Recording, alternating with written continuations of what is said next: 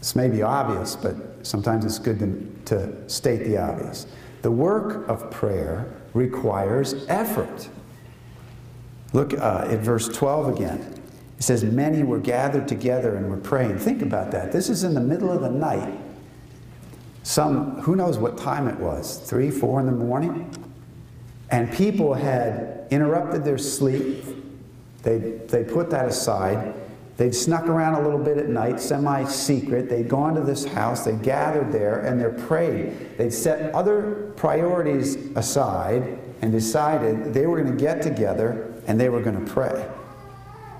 The work of prayer takes effort. And then, very interesting, if you back up to verse 5, it's interesting how that is describing the prayer. It says, Peter was kept in the prison, but prayer for him was being made fervently by the church to God.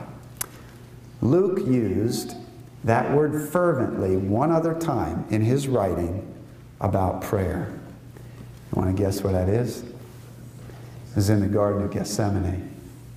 Let me read it to you from Luke 22. It says, Jesus withdrew from them about a stone's throw, and he knelt down and began to pray, saying, Father, if you are willing, remove this cup from me, yet not my will, but yours be done. Now an angel from heaven appeared to him, strengthening him. And being in agony, he was praying very fervently, same word. And his sweat became like drops of blood falling down upon the ground. Jesus in Gethsemane, Luke says that's the way he prayed. The church gathered in Mary's house prayed the same way. Fervently. That kind of prayer is not something that's formal.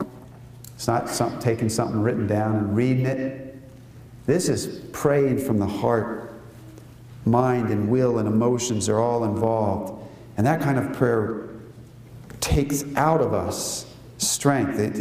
We gain from it, but it's also effort put into it. And you think about the way the people through Scripture, from old to new, are presented as they are praying. Abraham fell on his face before his God. Isaac called on the name of the Lord. Jacob wrestled all night with the angel. Moses repeatedly sought the face of God, sometimes climbing a mountain to do it.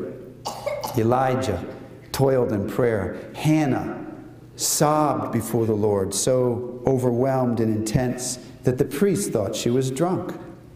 David complained, rejoiced, questioned, sought, praised, feared, all in prayer. The people of Israel, you remember that one time they stood in the rain all day seeking God's face. The New Testament church, we find them in the temple in the beginning, and then later in homes, huddled together, praying, and even at times praying at night.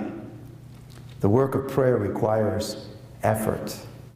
You can watch the entire message at cedarcrestbfc.org or watch more clips at alivetogod.com.